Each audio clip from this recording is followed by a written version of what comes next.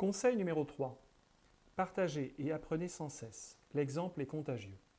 Dans une série d'expériences célèbres, l'éthologue Konrad Lorenz avait observé comment, à peine nées, les oies s'attachaient à la première créature vivante qu'elles percevaient. Elles imitaient alors les comportements de l'éthologue à portée de vue.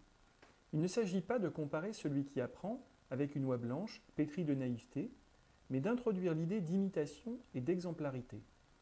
Autre exemple, la proximité d'une fourmi industrieuse avec une autre produit un renforcement réciproque dans l'activité qu'elles réalisent mutuellement. Les traces de phéromones laissées enrichissent le dessin collectif et donnent à chaque fourmi un état de la situation globale. Mais ce qui est vrai de la coaction des insectes sociaux a aussi été observé chez les groupes de mammifères où les processus d'imitation et d'imprégnation des comportements permettent aux groupes à la fois de renforcer leur homogénéité mais également d'être plus performants dans des activités. Selon les observations du psychologue Albert Bandura et la théorie socio-constructiviste, les hommes seraient très sensibles aux apprentissages en réciprocité, à la présence et au regard de l'autre. L'exemple serait contagieux.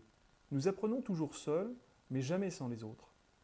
Bandura pointe la fonction du sentiment d'efficacité personnelle qui contribue à rendre une tâche accessible à la condition que l'exemple ne soit pas hors de portée, que chacun puisse se projeter dans la tâche.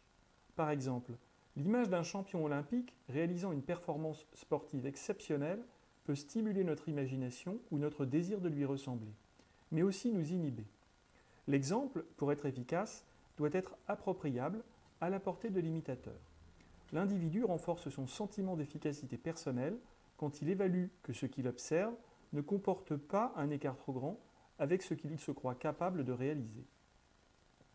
S'il ne s'agit plus aujourd'hui de donner en exemple les comportements des saints des calendriers, il ne fait pas de doute que les comportements observables et les prises de position de dirigeants, managers, éducateurs ou leaders syndicaux jouent un rôle sur les orientations que chacun donne à ses apprentissages.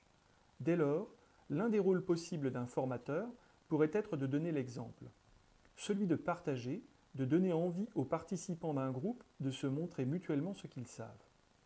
Lorsque le formateur s'investit lui-même dans sa propre formation et qu'il fait preuve de curiosité, il ajoute à ses interventions de nouvelles idées. Il actualise son propos. Par ailleurs, parce que les exemples qu'il donne dans ses interventions sont sans cesse remis au goût du jour, il intéresse davantage un auditoire. Il s'en rapproche car il partage la même sphère d'information. Par un effet de connivence, formateur et participant se connectent plus facilement. L'apprenant se trouve plus réceptif. Le formateur peut ainsi donner envie d'apprendre en liant son discours à la réalité du moment, en donnant à voir un exemple positif d'apprentissage et de découverte.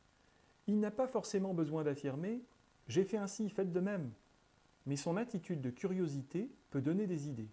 En ce sens, le formateur peut être vu comme source d'inspiration. Et là, nul besoin de trop de paroles, par une dose de silence, il peut alors laisser l'apprentissage se faire.